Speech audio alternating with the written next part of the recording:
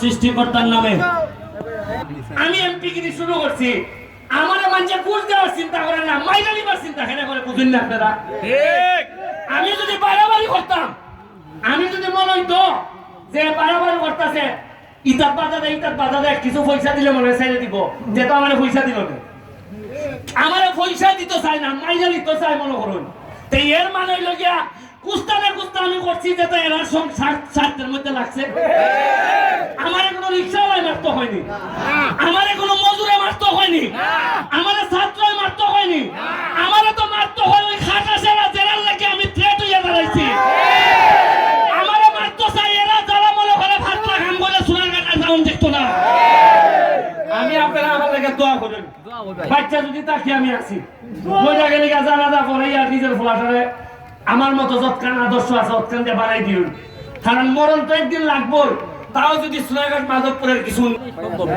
প্রথমেই আমি আপনাদের কাছে কৃতজ্ঞতা জানাচ্ছি যে আমার জন্য আপনারা বিভিন্ন ভাবে বিভিন্ন জায়গায় আমার জীবনের নিরাপত্তার জন্য আমার এলাকার মানুষ এবং এলাকার বাইরেও যারা মানববন্ধন করেছেন, প্রতিবাদ করেছেন, আমি এবং আমার পরিবারের পক্ষ থেকে আপনাদের প্রতি আমি কৃতজ্ঞতা জানাই। আমি কখনোই চাই নাই যে আমার সাথে একটা গানম্যান থাকুক, আমার সাথে অস্ত্র থাকুক, এটা আমি চাই নাই। কারণ সাথে যখন অস্ত্র আসে তখন সাধারণ মানুষ থেকে একটু দূরে সরে যেতে হয়। আমি চাই নাই কোনোভাবেই। আমি এই গানম্যান চাইলে আর অনেক আগেই পাইতাম, কিন্তু আমার মনে হয়েছে যে আমার কাছে অস্ত্র থাকলে সাধারণ মানুষরা হয়তো ভয় পাইতে পারে, আমার কাছে নাও আসতে পারে। কিন্তু আমি বাধ্য হয়েছি এবার। আপনারা জানেন যে মৃত্যুর হুমকি আমার কাছে আসছিল, আপনারা সবই জানেন। গত সপ্তাহে আমি এই হুমকি ইনকোয়ারি চলাকালীন কারণে আমরা একটা সপ্তাহ, গত সপ্তাহে আমরা খেলা মিস করছি, আমরা এখানে খেলতে পারি নাই।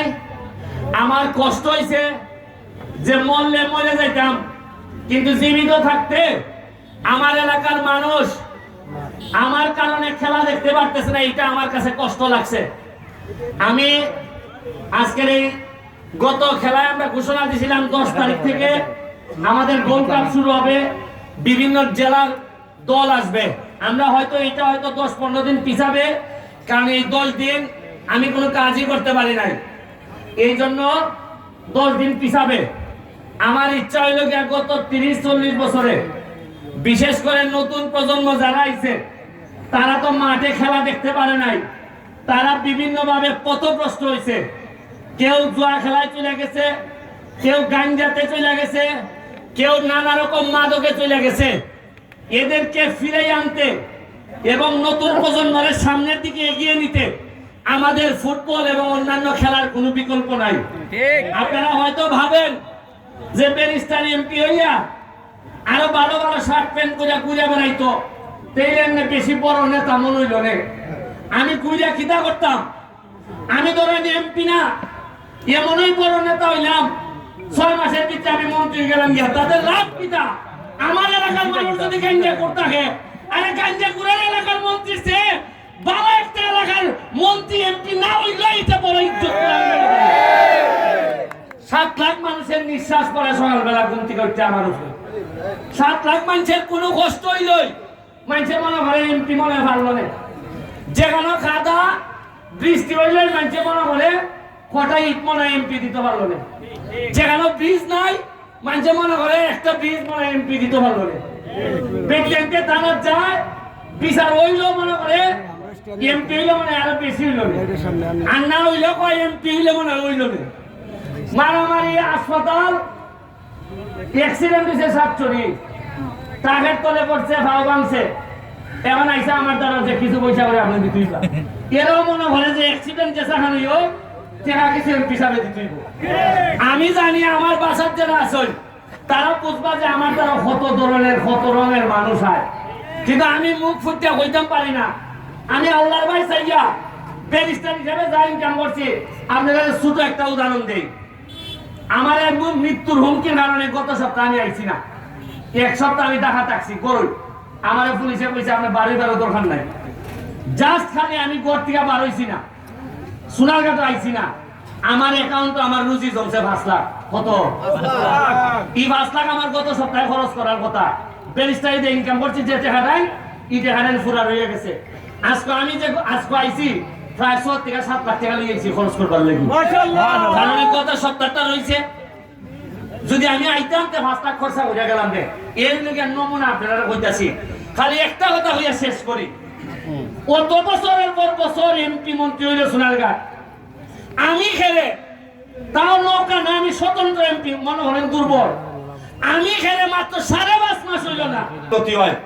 আমি এই পর্যায়ে আমার এক ভাই সিঙ্গাপুরে যাইতে গিয়া, সে আইসে কিতাব থেকে গাজীপুর থেকে এত কষ্ট করিয়া কইছে ভাই আপনার সাথে একটা খেলা খেলবে যাইব। সিঙ্গাপুরের ভাই আপনাদের উদ্দেশ্যে 2 কথা কইব, সে আগামী সপ্তাহে নির্যাত চলে যাবেন না, একটু বলেন প্লিজ আমাদের মানুষের। বিসমিল্লাহির রহমানির রহিম।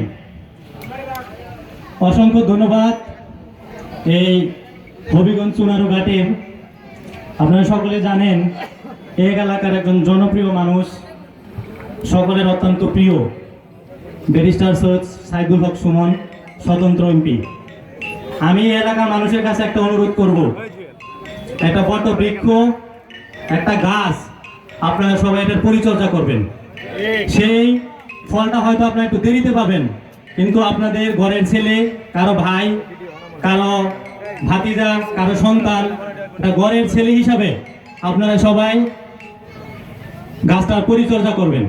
আরেকটা কথা আসলে না বললেই নয়, আমি মূলত আজ থেকে প্রায় 9 বছর আগে সিঙ্গাপুর চলে গেছি। লেখাপড়া শেষ হয়েছে, এই দেশে আসলে চাকরি বাকরি হয়নি, সিঙ্গাপুর চলে গেছি, কিন্তু এই খেলাধুলা আসলে ছাড়তে পারিনি। তা আস্তে আস্তে যখন আমি দেখলাম যে সুমন ভাই একটা একাডেমি করছে, ফুটবল খেলাটা সে প্রত্যন্ত গ্রাম অঞ্চলে আসলে ছড়ায় ছিটিয়ে দিছে। আমরা সপ্তাহে 2 দিন ছুটি পাই, একদিন শনিবার একদিন রবিবার। আস্তে আস্তে আসলে এরকম বক্তব্য হয়েছি, আমি সিঙ্গাপুর থাকতে ভাইয়ের সাথে কন্ট্যাক্ট করছি যে ভাই আমি যদি দেশে আসি আপনার সাথে একটা ম্যাচ খেলবো, যদি আসলে অনুমতি দেন। তো আসলে আমি আর কৃতজ্ঞতার ভাষা নাই। আমি আসছি গাজীপুর থেকে, আমার টিম SRS, আমার আরো সিনিয়র ভাইরা আছে। তো আসলে খেলায় হার জিত থাকে, এত সুন্দর খেলা যেন উপহার দিতে পারি। পরিশেষে ব্যারিস্টার সুমন ভাইয়ের দীর্ঘায়ু কামনা করে আমার কথা শেষ করছি। আসসালামু আলাইকুম। আমি আমার ভাইকে, যিনি 12 বছর আগে সিঙ্গাপুর গেছিলেন, তা আমি বাইরে অনুরোধ করব, এই বৈধভাবে যদি সিঙ্গাপুর নেওয়ার সিস্টেম থাকে, তার এলাকার পাশাপাশি আমরা 2টা লোক যেন অন্তত সোনারঘাট থেকে আমি বলি যে আপনি বলবেন। ভাই আমি আমার জায়গা থেকে সর্বোচ্চ চেষ্টা করব। Thank you. সবাই দোয়া করবেন, আর সুমন ভাইয়ের জন্য বেশি বেশি দোয়া করবেন। Thank you. আপনারা খেলা দেখার জন্য প্রস্তুত হন, আশা করি ভালো খেলা হবে। Thank you all.